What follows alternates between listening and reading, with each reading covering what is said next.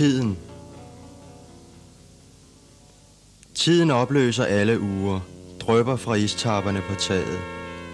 Fejrer nonchalant bladene væk fra gaden med en håndbevægelse med overskrifterne, som skifter fra dag til dag.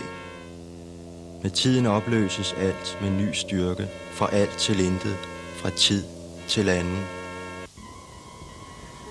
Tiden kan ikke aftegnes. Den aftegner kun sig selv i ansigtets linjer.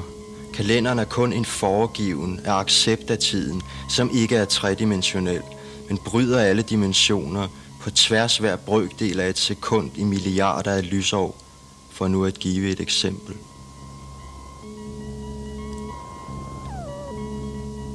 Tiden løber gennem øjnene med umærkelige trin fra knoglede fødder.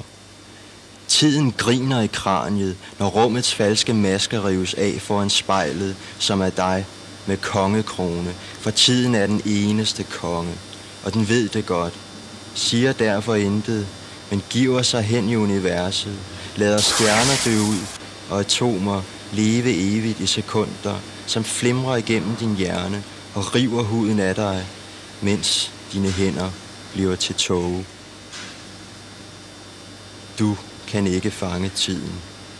Den har allerede fanget dig. Lige fra du kun var en celle, lige fra du var i rummet. Tiden behersker du ikke. Kun rummet selv kan du nå, måske, hvis tiden giver dig lov i et lille glimt, før du bliver stjerne. Tiden i symbiose med verden og bevægelserne. Tiden bevæger mig, når jeg står stille og ser solen stå op endnu en gang. Tiden er regn, der falder og bliver til et hav, vi kan svømme og drukne i, som små gamle fostre. Tiden er tårerne, der løber ned af ansigtets stivnede billede og tørrer ind med sig selv. Tiden er hjertet, der banker af angst for tiden, for kort og for lang tid. Tiden er stemmerne, der taler stumt til os fra bøgerne, og advarende hvisker til os fra deres tid, vor fremtid. Tiden bevæger sig igennem os, samler sig mellem øjnenes toner, den hober sig op.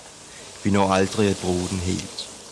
Tiden, vi søger at sluge den, men den æder os i stedet og spytter os ud med rådne hjerter og matte øjnes erfaring om tankens støvtilstand efter år, dage, sekunder.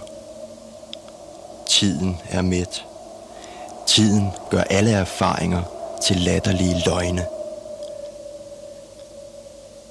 Tiden i vækst i organismerne. Den føder og dræber fødere og dræbere, der dræber hinanden og føder hinanden med tiden. Tiden er fortiden, der ikke er mere. Nutiden, der er alt for meget. Og fremtiden, der altid har været der og altid vil være der, uden at vi kan nå den.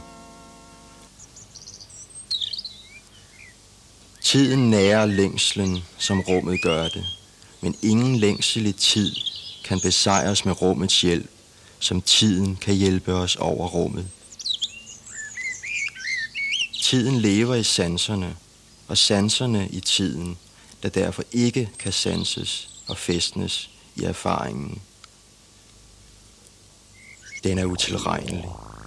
Går fra dig, når du venter i angst, og bliver alt for længe, når du venter på din elskede.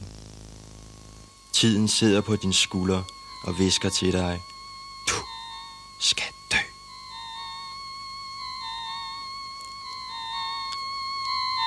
Tiden drejer sit ansigt, ser mig i øjnene og siger, at jeg har millioner af sekunder endnu. Men hvert af dem er år på andre af tiden kendte planeter. Tiden tager mig ved hånden med ud i rummet, med lysets hastighed og tilbage igen. Jeg ser mine børn som gamle. Tiden har huller, som jeg kan se igennem. Drømme og visioner af plasmisk tid. Den løber ud af mit ensomme rum, kommer tilbage med min bevidsthed og fortæller, at det er for sent. Tiden er i tingenes forfald og væksten til det nye.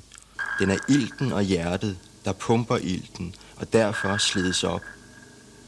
Tiden strømmer i blodet og medbringer liv og død. Måske er den evig, fordi den æder alt, som altid er det samme. Tiden ved alt. Tiden går så hurtigt, siver ud gennem sprækkerne i de få dage, som ikke blev genstand for væld af billeder i vores livsløsne øjne. Tiden er et sted bag muren, der går så langt tilbage gennem alle dagenes og nætternes intervaller, og som helt udfylder vores øjnes synsvinkler her på denne dag.